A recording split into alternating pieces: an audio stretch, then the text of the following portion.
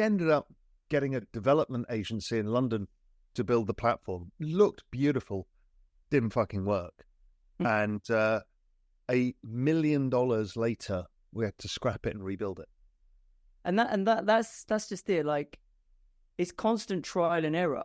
Like, what I find is, if you're someone who's afraid of failure, if you're someone who can't handle failure and sees it as a negative thing, you're not going to be able to run a business, right? Because it is just constantly failing and trying again, failing and pivoting, failing quickly if you can, because then you don't spend 3 years doing something that ends up a dead end. And also, running a business is kind of like a trading book. It's in fact very similar. Is you actually don't remember the victories. All you remember is the pain. Only remember all of the failing you have to do, because you fail 10 times and win 1 time, or whatever the stats are. And, you know, the psychological benefit of a winning trade, unless it's a life-changing trade, really gets lost because of the death by 1,000 cuts or the big fuck-ups you've made. And running a business is the same. It's not rewarding where you just think you're winning. All you can see is the problems. Or that's all you can ever see, because it's your job. If you're the CEO or the co-founder, your job is to solve the problems. So then what keeps you going? Oh, that's the other thing, is running a business, nobody thanks you.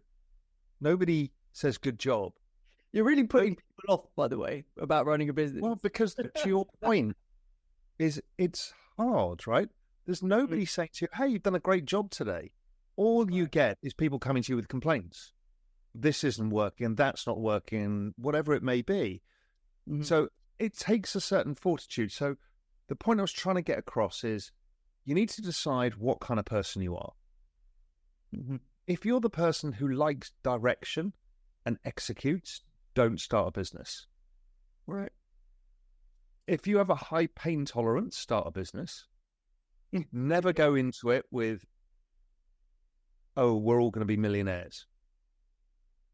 You have to go into it saying, I think this is going to matter, and I'm going to get it across the line, whatever it takes. If you're that kind of person, okay, that's different.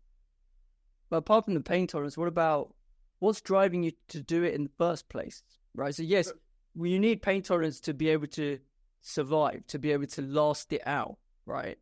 But what's the thing that's driving you to do it? So everything I do, I always have an image of somebody in my head.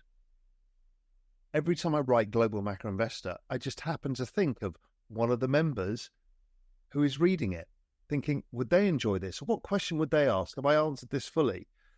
With Real Vision, it's like, how can we affect change in people's lives?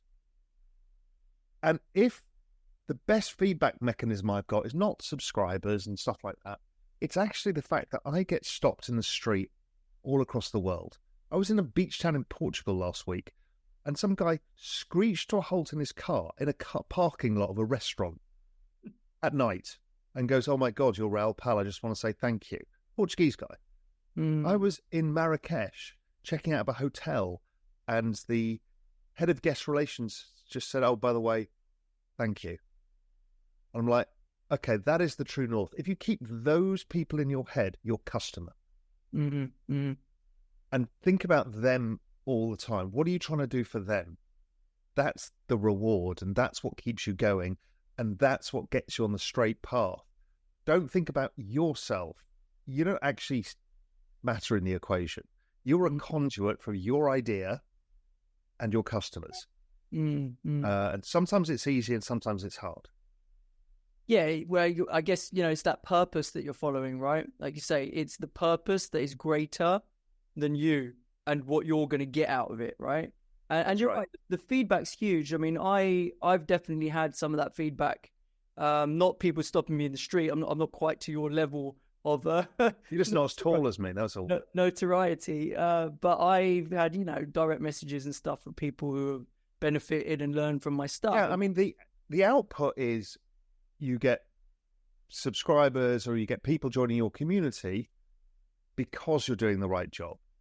Whenever you appear on Real Vision, people really like what you do. You help them, right? You've got knowledge and you're delivering knowledge back to them in a way that they can understand that will help them become better investors. Okay, that's really what you do. You're a conduit of knowledge, and you share it with people in a way that they understand. Okay, that's purposeful. It has a real meaning behind it. And that's why you too have gone through pain, because you're like, I can help people here. And if I get it right, the outcome will be you'll make money.